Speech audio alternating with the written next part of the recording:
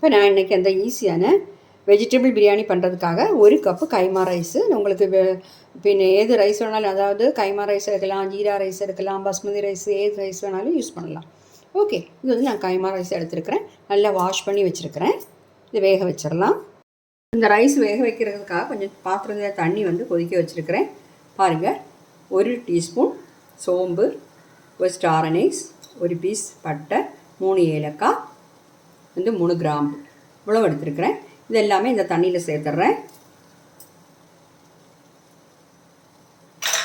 இது கூட வந்து நம்ம கொஞ்சம் உப்பு சேர்த்துக்கலாம். உப்பு சேர்த்து நல்லா கிளறி விட்டுடலாம்.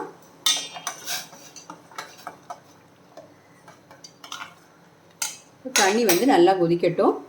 இந்த தண்ணியில் வந்து உப்புக்கு டேஸ்ட்டு பார்த்துக்கோங்க. தண்ணியில் உப்புக்கு டேஸ்ட் வந்து கொஞ்சம் முன்னால் நிற்கணும். அப்போ தான் நம்ம ரைஸில் உப்பு ஏறும். ஓகே, இப்போ இது வந்து நான் ஊற எல்லாம் வைக்கலை, சும்மா வந்து 1 நாள் வாட்டி வாஷ் பண்ணி வச்சுருக்கிறேன். இந்த அரிசி இதில் போட்டுடலாம். போட்டுட்டு இதை வேக வச்சிடலாம்.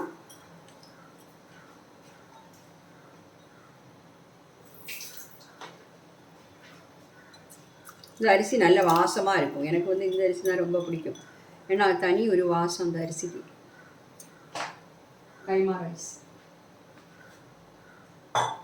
இப்போ இதை வந்து நல்லா கிளறி விட்டுடலாம். வேகட்டும். இது வேகிறதுக்கு ஒரு 10லேருந்து 15 நிமிஷம் வரைக்கும் ஆகும். என்னென்னா, இந்த ரைஸ் வந்து நம்ம 100% வேக வைக்கக்கூடாது. அது வந்து ஒரு 75% உங்களுக்கு வெந்தால் போதும். அதுக்கப்புறம் நம்ம தம் பண்ணி எடுப்போம், அதனால் அவ்வளோ வெந்தால் போதும். இல்லைனா வந்து இந்த ரைஸ் ரொம்ப குழஞ்சிடும், பிரியாணி வந்து நல்லா இருக்காது. ஓகே, அப்போ இதை வேக வச்சிடலாம். வேகட்டும். இந்த தண்ணியில் வந்து உப்புக்கு டேஸ்ட்டு பார்த்துக்கோங்க. இப்போ பாருங்கள், நம்ம ரைஸ் வந்து ஒரு 70% வெந்துருச்சு. ஃபுல்லாக வேக விட வேண்டாம். பார்த்தீங்களா? இதை வந்து நாம் இனி ட்ரைன் பண்ணி வச்சிடலாம். அந்த தண்ணி எல்லாம் நம்ம மாற்றிட்டு ஒரு ஃபில்டரில் போட்டு ட்ரைன் பண்ணி வைக்கலாம். ஓகே, அப்போ நம்ம அடுத்ததாக ஒரு பேன் வந்து சூடு பண்ண வச்சுருக்கிறேன். அதில் வந்து 2 டேபிள் ஸ்பூன் நெய் சேர்க்குறேன். இல்லை, நீங்கள் 1 டேபிள் ஸ்பூன் நெய்யும் 1 டேபிள் ஸ்பூன் எண்ணெய் வேணாலும் சேர்த்துக்கலாம். நான் இப்போ நெய் மட்டும்தான் சேர்க்குறேன். நெய் வந்து சூடாகட்டும். நெய் வந்து சூடானதும் நம்ம வந்து 1 பீஸ் பட்டையும் 2-3 கிராம்பும் போட்டு கொடுக்கலாம். ஏலக்காவும். கிராம்பு வந்து நேரமே நம்ம சோறு வேக வைக்கும்போது போட்டிருக்கிறோம், அதனால் அது தேவையில்லை.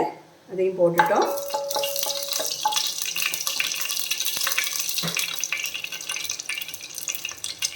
இது வந்து கொஞ்சம் சூடாகட்டும்.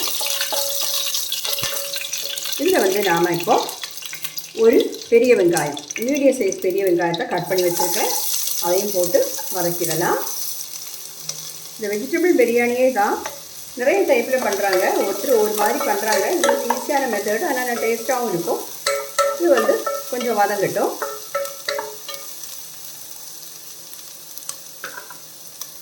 இது பாதிக்கு மேல் வதங்கிடுச்சு. 1 டீஸ்பூன் இஞ்சி பூண்டு பேஸ்ட்டு. இஞ்சி பூண்டு பேஸ்ட்டு வந்து நிறைய சேர்க்க வேண்டாம், கம்மியாக சேர்த்தா போதும்.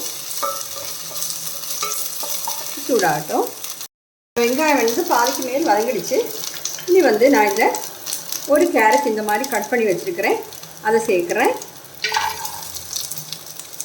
அப்புறம் வந்து இதே மாதிரி பீன்ஸ் ஒரு 8 பீன்ஸ் வரைக்கும் இந்த மாதிரி கட் பண்ணி வச்சுருக்கிறேன். நம்ம 1 கப் ரைஸ் தான் எடுத்துருக்குறோம், அதுக்கு தக்கபடி ஒரு 1/4 கப்பு பச்சை பட்டாணி, க்ரீன் பீஸு. இது வந்து ஃப்ரோசன் க்ரீன் பீஸ் கடையில் வாங்கினது கிடையாது, நான் வீட்டிலேயே ஊற வச்சு வேக வச்சது. ஃப்ரோசன் க்ரீன் பீஸ் வேணாலும் உங்களுக்கு கடையிலேருந்து வாங்கிக்கலாம், ஒன்றும் பிரச்சனை இல்லை. 2 பச்சை மிளகாய் சேர்க்குறேன். 2 இல்லைனா 3 வேணாலும் உங்களுக்கு சேர்த்துக்கலாம். இல்லை, ஹை ஃப்ளேமில் வச்சே வதக்கிடலாம். இதில் கொஞ்சம் உப்பு சேர்த்துடலாம்.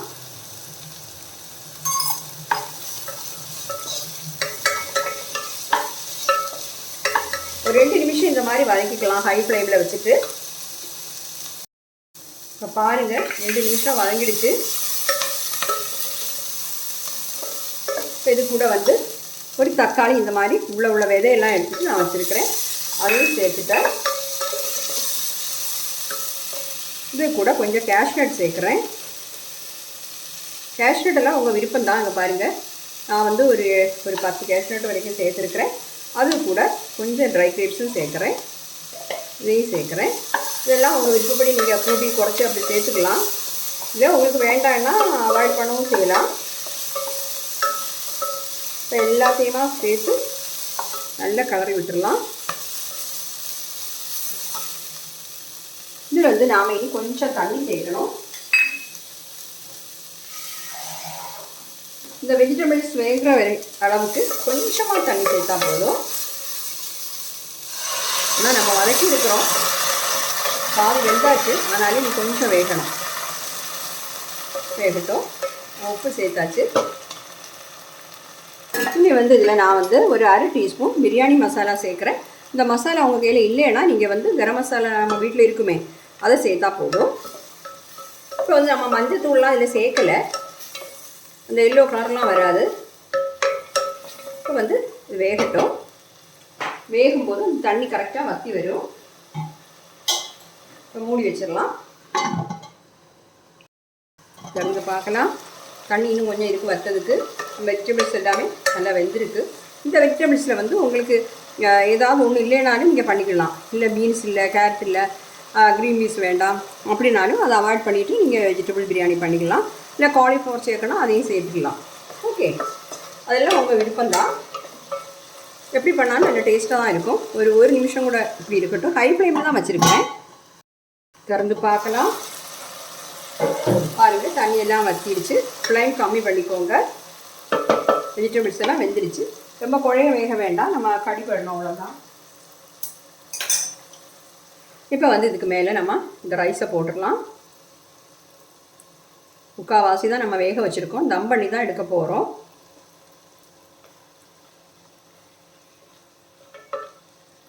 இது மேலே வந்து ரைஸை போட்டுட்டோம்.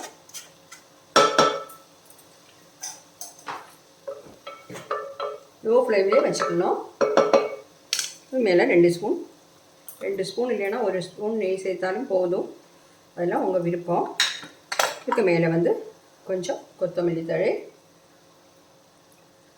அப்புறம் வந்து கொஞ்சம் புதினா வந்து உங்கள்கிட்ட இருந்தால் மட்டும் நீங்கள் சேர்த்தா போதும், இல்லைன்னா நீங்கள் சேர்க்க வேண்டாம்.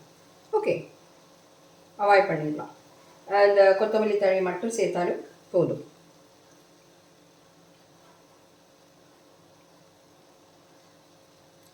இப்போ நம்ம லோ ஃப்ளேமில் வச்சு இதை மூடி வச்சு வேக வைக்கணும். ஏன்னா நம்ம ரைஸும் கொஞ்சம் வெந்து கிடைக்கும், நம்ம அந்த வெஜிடபிள்ஸ் எல்லாமே அதோட சேர்ந்து நல்ல வாசமாக இருக்கும். இப்போ வந்து உங்கள் ஸ்டவ் வந்து லோ ஃப்ளேமில் வச்சா ரொம்ப லோ ஆகாதுன்னு இருந்தால் நீங்கள் வந்து இதுக்கு அடியில் வந்து ஒரு தோசை தவாவோ ஏதாவது எடுத்து வச்சுட்டு அதுக்கு மேலே இந்த பாத்திரத்தை வச்சு தம் பண்ணிடுங்க. இப்போ எனக்கு வந்து நல்ல லோ ஆகும், அதனால் நான் வந்து இப்படி வச்சுருக்கிறேன். ஒரு 10 நிமிஷம் இப்படி வச்சுருக்கலாம்.